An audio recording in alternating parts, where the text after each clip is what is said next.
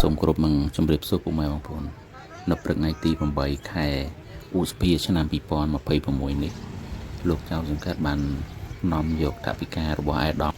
ដើម្បីចូលរួមរំលែកមរណទុក្ខដល់គ្រួសារឧបាសកអ៊ុយលីវដែលបានទទួលមរណភាពនៅថ្ងៃទី7ខែឧសភាឆ្នាំ2026នេះដោយជំនួយជារាពាធស្ថិតនៅក្នុងភូមិព្រែកទេពសង្កាត់ស្វាយប៉ោក្រុងបាត់ដំបងខេត្តបាត់ដំបង